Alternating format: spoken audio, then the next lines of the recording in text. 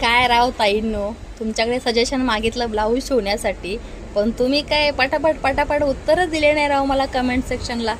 त्याच्यामुळे आता काय शिवून झाला माझा ब्लाऊज. म्हटलं चला तुम्हालाही दाखवू. खूप वेळ गेला हा ब्लाऊज शिवायला खरं सांगू, कारण हे डिझाईन वगैरे ॲडजस्ट करता करता पुढचा गळा असा जो आहे तो ॲडजस्ट करता करता त्यात ट्रिपल अस्तर आहे. ट्रिपल अस्तर प्लस पॅडेड ब्लाऊज आहे प्रिन्सेस कटमध्ये, आणि सगळ्याच गोष्टी ॲडजस्ट करता करता बराच वेळ गेला. ह्याच्यामध्ये माझे नाही म्हटलं तर 2 ते 3 सिम्पल अस्तर ब्लाऊज शिवून झाले असते. त्यामुळे डिझायनर ब्लाऊज हातात घ्यायचा म्हणजे खरंच भीती वाटते. तर तुम्हाला क्युरियोसिटी असेलच की कसा शिवला आहे ब्लाऊज बघावं. दाखवते. हा आहे फ्रंट साईड याचा. तो पण नाही म्हणतोय कारण तुम्ही सजेशन दिले नाहीत ना पटापट. हे बघा, हा आहे ट्रिपल अस्तर पॅडेड प्रिन्सेस कट. ह्याला आतमधल्या साईडला ट्रिपल अस्तर आहे आणि या पद्धतीने पॅड लावलेला आहे. हा 39 साईजचा ब्लाऊज आहे. 19.5 म्हणजे 39 साईजचा. हा आहे फ्रंट नेक.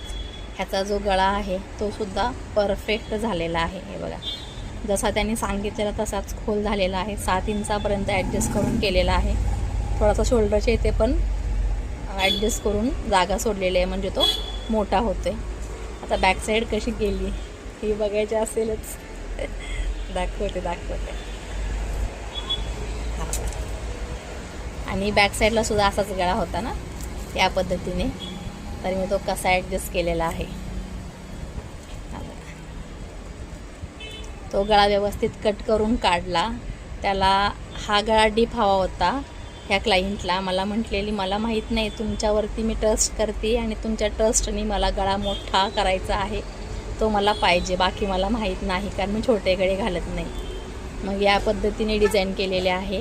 जो गळा होता पुढच्या साईडचा तो कट करून असा या साईडला डिझाईन केलेले आहे. डिझाईनसुद्धा सुंदर वाटते आणि मेन म्हणजे सगळ्या गोष्टी व्यवस्थित ॲडजस्ट झालेल्या आहेत.